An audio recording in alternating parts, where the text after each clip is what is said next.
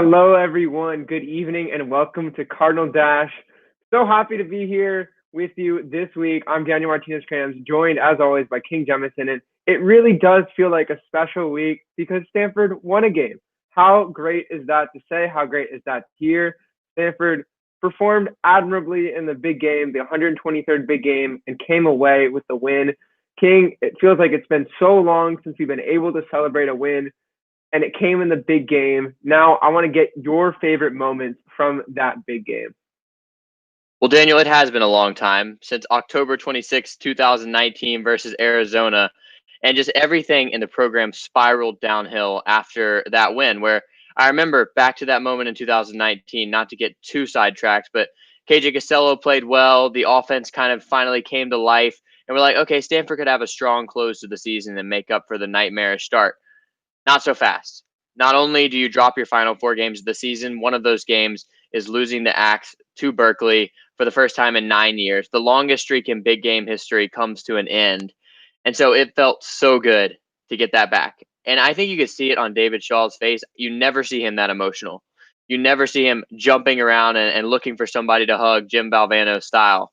It was an awesome moment there at the end of the game that I think we saw a different side of Shaw.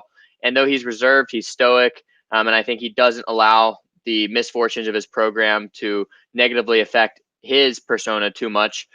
I do think we saw how much this difficult time has worn on Coach Shaw, because he hears what people say about his program and he sees the product on the field that has slipped so far. And so I think it felt incredibly good for him to be able to go in there, rip up that "Our Axe" sign from Cal and shove it back in their face with a dramatic win. And my favorite moment is hard to pick because there were too many. And I think the stereotyped one would be the moment where, of course, Thomas Booker gets the block and we all realize this is happening. Stanford's going to win big game. But I think that a real turning point in the game to me came when Nico Remigio fumbled that punt. Stanford gets a short field touchdown, and what to that point had been a pretty lifeless performance from the Cardinal, suddenly, there's a jolt of energy. And I think from that point, though there were lots of ups and downs, I think it was Stanford's game to lose. That absolutely seems like a turning point to me. And I think you made a really good point earlier with how emotional Shaw got, how much this game means to Stanford, especially to Stanford alums like David Shaw, Tavita Pritchard, the offensive coordinator. It means a lot to them. So I'm wearing this, Hawaiian shirt for the men's basketball team, which is over in Asheville, playing their hearts out. But Roy Williams had a great quote today talking about Jared Haas, the men's basketball coach. And if we're going on tangents, I'll stick with it. But he basically said, no one takes a loss harder than Jared Haas. And then that's the opposite of Shaw for most of his entire career as a head coach. But that big game loss really ate at him last year. His first as a head coach, he said it felt awful. He said that Chase Garbers just outplayed them. So did Evan Weaver. And then finally, Stanford gets to have their opportunity for revenge. And they come through in a big way. And even in that stadium where there were no fans, it felt like there was a lot of life, especially in that second half, especially with that muffed punt, especially with the celebration after the game in front of that "Our Axe" sign. And that's honestly my favorite moment, was just seeing the players. You could see at the end of the game, they're kind of waiting on the sideline, and then they sprint towards the tunnel where the axe was being kept. They get sanitized, they grab it, they take it back onto the field, they take some pictures with it, and then they go, "Hey, let's go over there. Let's go to the "Our Axe" sign. Let's celebrate with them." And then they take the pictures there. And it was so poetic to actually see that. Cal coming out with some blasphemy, some disrespect, saying "Our Axe" when we all know it's called the Stanford Axe for a reason. And then Stanford gets to take that picture, and it came after a very difficult game that's been emblematic for a lot of Stanford's season, this past season and this most recent one, where the offense struggles at times, the defense looks like it's going to get eaten up, but they are able to come through in some way, and it does seem like it could be a turning point for this program. I think at the very least, it provides a sign of life and some hope for what has been a dismal 2020 season. And frankly, Stanford's biggest opponent in 2020 might be Santa Clara County and might be the area that they live in. And of course, the biggest opponent to college football is COVID-19 and this pandemic. But I think it's been worse for Stanford than most. Not, thankfully, in the numbers of cases in the program. Stanford has done a remarkable job of controlling COVID-19. I believe there hasn't been a true positive since July, if I read that correctly. And so they've done an incredible job of limiting the spread within the program. But the surrounding area has not been so kind to the Cardinal. They've had so many changes. They haven't been able to practice nearly as much as other programs in the Pac-12. And so they were at a disadvantage, but so was Berkeley. And so I think these two teams, they certainly have to have some mutual respect for what each other have gone through just to get on the field in this game. And then to get on the field with two evenly matched teams and to see Stanford come out on top and take back that axe, I think it does prove that Stanford's not going anywhere. The Cardinal program is not dead. I don't think there's a flash in the pan, but I do think we're going to find out more next week. And I think the biggest difference between Cal and Stanford right now, I think they're both, I don't want to say bad teams, but not good teams. They're both below average Pac-12 squads, but Stanford plays disciplined football. They don't beat themselves. And in this game, Cal absolutely just took out the gun and blasted away at their own feet, because it was just a series of mistake after mistake after mistake, particularly on special teams. And Stanford's excellence on special teams is just another credit to Pete Alomar. Many people shouting him out as the best special teams coordinator in the country. How can we argue with that? And also just to the program Shaw has built. If there's one thing you can say about him, is that he is a steady, consistent performer that teaches the fundamentals and is going to have his team prepared to win in all three phases. Not always the most exciting way, but this time the excitement really did come out with those block kicks. Yeah, the excitement comes out in the fact that Stanford is finally able to win a game. Alomar, who had been at Berkeley before, Stanford facing all of those COVID challenges, as you've talked about. And I think it's been more recently than I think John Wilner is reporting that it was July. The Daily has it was sometime in September was the most recent. But still, they've done a remarkable job at keeping cases low. And just to see it all on the field and like finally get put together. Shaw was talking after the game that, they want to be a great team. And right now they're getting closer to good. They're not even not good yet, but they're getting closer. And that's where both of these programs are right now. That's what Stanford's living with, but it's able to finally get a feeling of a win. And I think that's a big part of what last week provided. Thomas Booker said it after the game. You know what? We put a win on tape. Like, how important is that just to be able to say, like, we can do it. We put it on tape so that you can review it. You can feel good going into the next week. And it's not like the challenge ends there, right? This win was the biggest win of the season for the Cardinal. It's the game that truly matters. But the rest of the season is going to be a severe challenge. They're going to be on the road the entire year. We'll talk about that. But it's going to be going up to Washington, who looked like a very good team, and Oregon State, who surprised a lot of people. So fun, big game. But now a lot of challenges ahead. The good news is you can face those challenges with an ounce of hope, which would not have been the case before. And I think both Washington and Oregon State are beatable. So a winning record in at least the 5 truly regular season games is not off the table for the Cardinal. I just think it doesn't truly matter what happens the rest of the season. As fans of Stanford, we want to see them win every game possible. And I think, getting an upset win over Washington or beating an Oregon State team that just beat Oregon would prove that Stanford can still compete with the top of the conference. But at the very least, they can compete with the top of the Bay Area. And I think that's really all you got to feel good about right now. And particularly after we watched men's basketball get jobbed by the officials in the Maui Invitational against North Carolina, all Stanford fans need something to feel good about. And between Stanford's win over Alabama in basketball in the Maui Invitational yesterday and big game win on Saturday, this is the best I felt coming into a show since we started with Cardinal Dash. And so I think that is a great feeling. And I think all of Nerd Nation is in a similar position right now. And then add to that, women's basketball absolutely routing Cal Poly last week. Not entirely clear when they'll be able to play again, just because of Santa Clara County pulling its stops. But yeah, hopefully we'll get to see them again soon. And then one more moment that I want to talk about from the big game was Nathaniel Pete on like a 3rd and 21, where he ran like ridiculously hard. It was a give up play, but he ran ridiculously hard, only picked up 3 yards, but tried to get to the outside. That was one moment that really stuck out to me. And I bring that up because I want to pose this to you. Who deserves more touches, right? Nathaniel Pete is about 8.1 yards per carry. Austin Jones is at 3.9, but Austin Jones is a lead back right now. King, going forward, who do you think should be taking the majority of the touches? Well, I was arguing before big game when Nathaniel Pete's average was at that point over 10 yards per carry that you got to feed this man. this guy is a potential star at running back. You don't put up those kind of numbers by accident. And I think his 73-yard run against Oregon really proved that he has more burst than Austin Jones, that he can be faster to get to the outside and beat defenders down the sideline. Austin Jones' longest run of the season is 17 yards. But I understand why Austin Jones is the lead back. And right now, I think that he should remain the lead back. Look at how hard he ran to close out big game. I think if there is an MVP besides the special teams, it's Austin Jones. The way that he was able to just get better over the course of the game. Stanford was really struggling to run the ball in the first half, under 2 yards per carry. They still, without factoring in sacks, they were still at only 2.7 yards per carry, but sack adjusted, the numbers look a little better because in the second half, it felt like Stanford asserted its will on the ground. And that has a lot to do with the offensive line. And I think they proved to be the best unit up front amongst all of the four lines in this game. But Austin Jones was a really tough runner. His 2 touchdowns, he had to work for him, particularly the second one that was the go-ahead, ended up being the game-winning touchdown. I mean, he was breaking tackles all the way up the field in that drive, including on that touchdown run. And he's just a powerful runner. He does have burst, but that's not his strength. He's a guy that is going to take what the offensive line gives him, and I think he has the chance to, make a 3-yard gain out of nothing.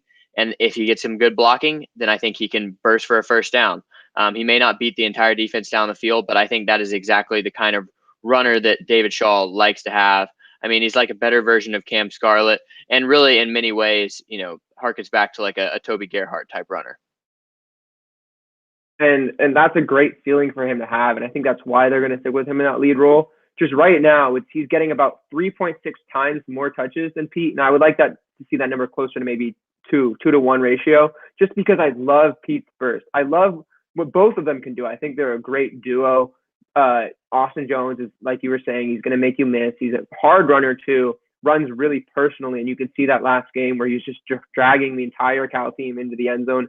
He does have those 5 scores, but it seems to me that Austin Jones, if you can trust him so much around the goal line, and you can because he's such a sure-handed back, he's not fumbling the ball at all, even back in high school. He's so sure you can go to him around the goal line. But up earlier in the drive, I'd love to see more Nathaniel Pete, where right now it seems like Nathaniel Pete is just resting Austin Jones. I'd love to see him mixing in as a change of pace. And I think part of that has to do with Austin Jones being a little bit more trusted in the passing game. We see last year, they're about even in receptions, but this year Pete hasn't even caught a ball yet. So I think Jones is definitely in there more on passing downs so far this year, just because he's trusted more. But I think if Pete can develop that side of his game, he'll be on the field a lot more. Well, I was about to comment on that. I think they need to get Pete involved in the passing game. I mean, they know a lot more than we do. We're not seeing practice every day. Maybe he has a little bit of a case of the drops. But I would say that of all the running backs on Stanford's roster, Nathaniel Pete seems to be the most well-positioned to be a great receiver out of the backfield because of his shiftiness and his quickness in space. I mean, if you hit him with a swing pass and you get one blocker out in front, it's probably going to pick up a first down. I mean, that's easy access yards, as the football nerds like to say. And so I think that could become a bigger part of Stanford's offense. And although I'm absolutely backing Austin Jones as the lead back, I agree with you that we need to see more of Nathaniel Pete because, frankly, just the fact that he does have a yards per carry average of 8.1 through 3 games of the season proves that they're not giving enough touches. He's not getting the chance to be a down-to-down running back. And I'd like to see him maybe take an entire drive, whereas that's usually been the duty of Austin Jones. And I think that also goes to, what kind of wide receivers do we want to see getting more touches? Because against Cal, Steve Vahoko was very quiet, but we saw Michael Wilson really assert himself as Stanford's possession wide receiver, the guy you can count on in any moment. And I think the comparison between Pete and Jones and, on the other hand, Wilson and Vahoko is pretty apt because in both cases, Vahoko and Pete maybe have the higher upside with their speed, with their ability to make big plays. But when you can trust a guy like Jones, a guy like Michael Wilson to just make the right play and not make a mistake, then I think that goes a long way to, executing an offense that frankly wants to play pretty conservatively. I love that comparison. That was really well done, King. And we see it, right? Michael Wilson's the one catching the touchdown last game. Austin Jones gets 2 of his own. But yeah, of the PFF graded Pac-12 running backs, Austin Jones is near the bottom. He's behind Jefferson, Broussard, Felton, and Verdell. And I think those are the only ones who have enough touches on the year just because it's been so short on games. But he's around 65.4, which is solid, and I think he can get better. And it seems to me that he's not always given the plays to take advantage of because he seems like he could do a lot better than that. But Pete has to be a lot higher than that where he's getting graded right now, just because, like we've been saying, he has a little bit more upside. And I want to see him with the ball a little bit more, just because he probably shouldn't be at 8.1 yards per carry, right? He should get the opportunity to lower that number a little bit, just getting a little bit more touches so that it evens out. But it's a good problem for Stanford to have, and one they're really excited about, to have two really strong running backs that they can go to one, go to another, switch it up. And they're also really happy that the line is coming together. I think, staying with PFF, Drew Dahlman was the 5th highest graded interior offensive lineman last week. He was 82, which is really impressive from their senior, their captain. They love Drew Dahlman, and he put together a really great game. We also saw some great stuff out of Miles Hinton last game, the freshman coming in for little spurts. So it's fun to see this running game really come together, and I think it's going to be crucial this next week. Yeah, Drew Dahlman, I'm just going to shout him out as the best center in the Pac-12. He should be the first team all Pac-12 center when this season comes to a close. And to really see his evolution as a player over the course of his Stanford career is amazing, and just goes to show that we've criticized the Stanford offensive line, but I think that they have started to get back to their winning ways. And I think we've seen that David Shaw and Coach Carberry are starting to get back to the old brand of Stanford football. And I think it took a while. I mean, Coach Carberry was a brand new offensive line coach, replacing a guy who had been a legend in Stanford football and Mike Bloomgren, who's now the head coach at Rice. You don't just replace that overnight. And I also think that Carberry had a lot to learn about the college game coming from the pros. And this year we've seen tremendous progression from that unit, and they are still recruiting well in the offensive line department. I think we're seeing them sign a lot of guys, and of course sign top class talent like Miles Hinton, who's now starting to see the field and provides great depth for Stanford at the tackle position. And you're also seeing guys like Foster Sorrell, who came in as one of the highest rated Stanford prospects ever, and had injuries and slow starts that kind of made it look like he might not live up to that potential. But over the past couple of years, he's turned into a real anchor for the Stanford defensive line at that right tackle position. And when you just look at the young talent like Walter Rouse, like Branson Bragg, like Jay Cornybrook, I think you got a lot of guys that you can count on for years to come. I trust that Stanford's offensive line is going to be able to block well for these stud sophomore running backs that we've been talking about so much. And Pete and Jones, it sticks out to me how similar they are, like body type even. Pete 5'10", 197, Jones 5'10", 201. Just like how similar they are and how different they're used. I don't know. I'm just excited to see how they are used going forward. We did see even E.J. Smith last week for a few little passing plays.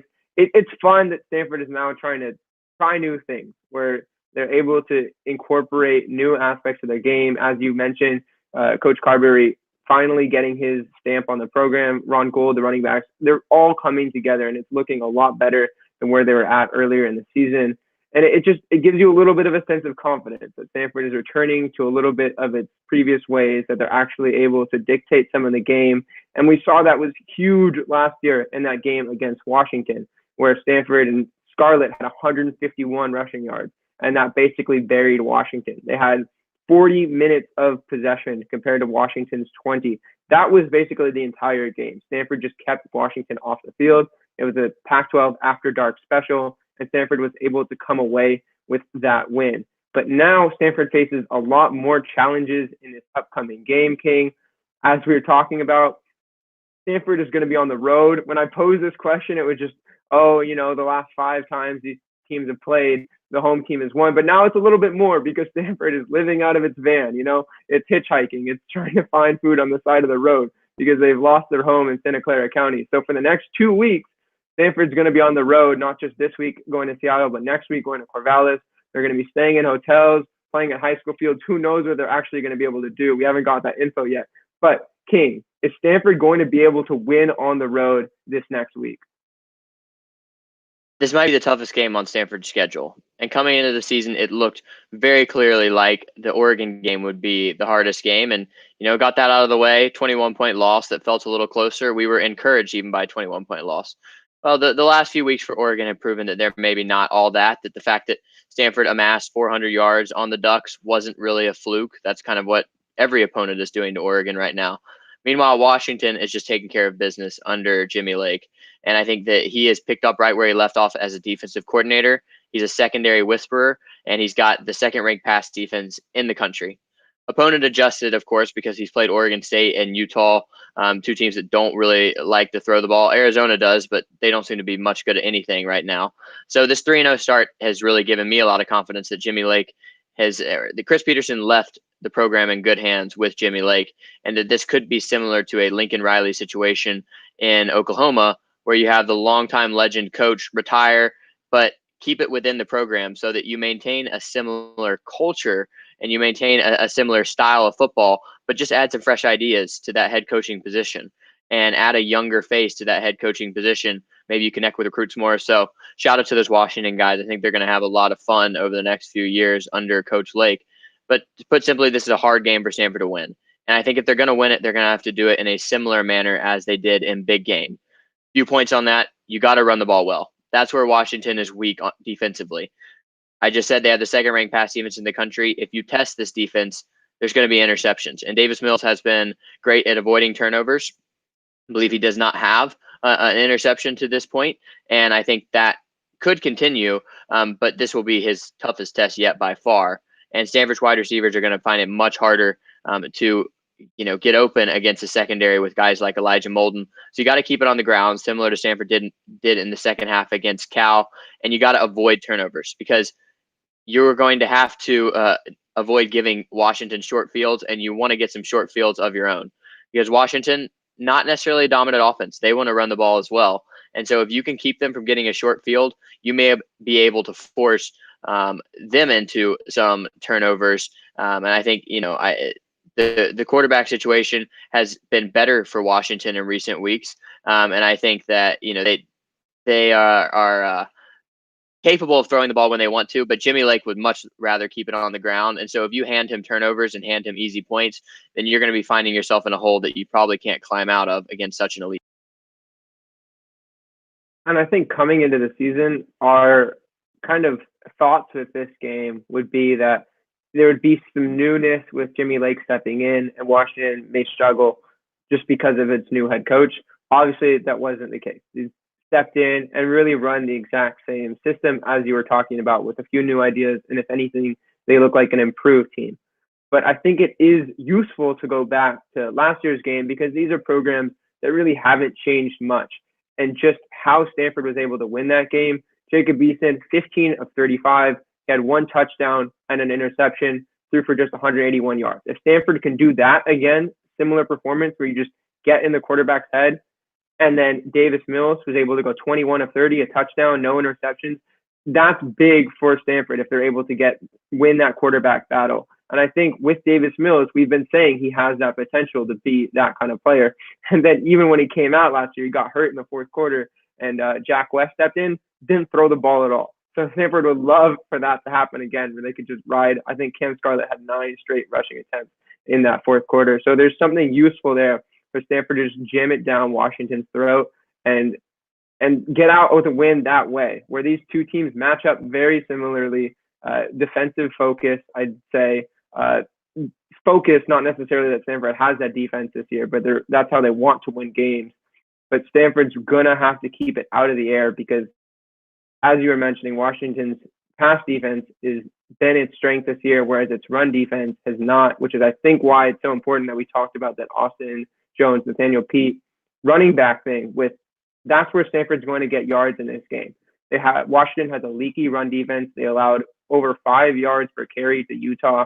Utah looked like a better team for much of that first half. Of course, in the second half, Washington shuts Utah down, which is really impressive. Each of their first 3 games, Washington has been able to hold an opponent scoreless for an entire half, which is not an easy thing to do in college football. So clearly something is going right with that defense. It has a lot to do with Zion Sepulua Fatui. Very, very good guy along the line. I think he has like three, something ridiculous number of sacks for how early in the season it is. I think he's averaging more than 2 a game. So Stanford's going to have to face a really strong front seven. It's not going to be easy. It's going to be made harder by the fact that they were traveling all day today. They're going to have to be adjusting to Seattle, practicing there, whatever that looks like. It's going to be a tough game, and it's going to be a hard one to pull out an upset. Yeah, Tupelo Fatui has 7 sacks through 3 games. And Washington has 10 sacks through 3 games. Only 3 picks, but it feels like more than that when you got a pass defense like that. This is certainly the best defense that Stanford has faced by far. And so you're exactly right. These two teams want to play similarly. And I think that that's going to result in a fairly low-scoring game. I think it's result in a fairly close game. And, I could see a game where Stanford feels like they're getting blown out, but is kind of within a possession throughout. Because if you're able to play some bend, don't break defense, and if you're able to avoid turnovers, which Stanford has done all season, only 1 turnover in 2020, then you're going to be able to hang with Washington. They thrive off taking advantage of your mistakes. So if you don't give them those mistakes, I think this could be a game. And Dylan Morris at quarterback is, he's very competent for Washington, but he kind of looks like a mistake-prone Jake Browning so far. That he's not going to add a whole lot to your team. He's not going to elevate your offense. And, he did have those 3 interceptions against Utah, which were one of the only reasons why Utah was able to amass a 21-0 lead in the first place. So I think, we see Washington appear in the college football playoff rankings for the first time this week. People are starting to talk about them as the Pac-12 favorite. I think understandably, if you're going to do a Pac-12 power rankings, they have to be at the top right now. But I do think that this matchup is probably closer than people realize, simply because of the way these two teams play and the way that Stanford's desire to rely on the run game will kind of play against Washington's strength in the secondary. And on the flip side, the fact that Washington really wants to turn you over and turn that into points. Utah had 4 turnovers, and that's really the only reason why Washington was able to come back in that game. A team that doesn't turn the ball over like Stanford may just be able to limit this Washington offense that relies on short fields. And that's what Stanford has to hope, that it's able to get out and match up well. And I think they had that against Cal, where they're able to, just win special teams. And that's all it took. Set up the offense with a short field. They got a nice play by Sling Turner Muhammad. They had the muff punt. They had the block. All of those things, that's what allowed Stanford to win big game. They're going to have to come up with similar plays to get an upset, because it's not going to be easy. The path to a win is going to have to run through Austin Jones, Nathaniel Pete, and it needs to be much improved play on the defense, where, again, they look like they got gassed by Cal at specific times. We're able to come up with some stops and others. Very inconsistent there. Also going to have to match up with Cade Otton from Washington, who's looked very good through these first 3 games. So a tough task for Stanford.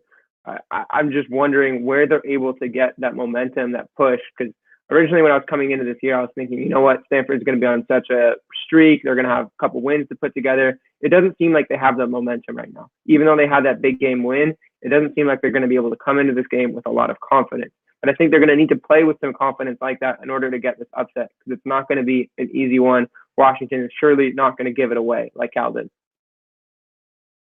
Well, the only thing that makes me feel better is it seems like Stanford has had Washington's number in recent years, even as Washington has been the superior program. Both 2017 and 2019, Stanford is able to upset the Huskies in Stanford Stadium. Both of those games, Washington was ranked. In 2017, they were a top 10 team contending for the college football playoff, and they come into Stanford Stadium on a sleepy weeknight game and lose any shot at a playoff berth. And so clearly the way that Stanford plays frustrates Washington and the way that they want you to play. They want you to fall behind thanks to turnovers and have to throw to catch up so that they can just generate more turnovers and shut you down with that secondary. And so I think this will be a chance for Stanford to prove that it can play Stanford's intellectual brutality style of football. And you're looking for where a spark could come. I mean, how about more special teams? Washington's going to be practicing all week that field goal blocking unit. They do not want to suffer the same fate as Cal. But Stanford has a lot of ability to change the game on special teams. And that's the kind of area, besides turnovers, where Stanford could really flip its talent disadvantage or its apparent talent disadvantage in this matchup and make it more of a game than most people want to think. Absolutely. If I'm pointing to any group right now, it's probably Pete Alamar's best special teams coach in the nation. You heard it here first from King Jemison. Now you're hearing it from me. Really, really cool stuff that Stanford was able to do. That's all the time we got this week on Cardinal Dash. Thank you so much for joining us. Follow us on all our socials, Facebook, Twitter, Instagram, TikTok. Catch our crossover show later this week. King Jemison, I'm Daniel Martinez-Krams. Thank you so much for joining us.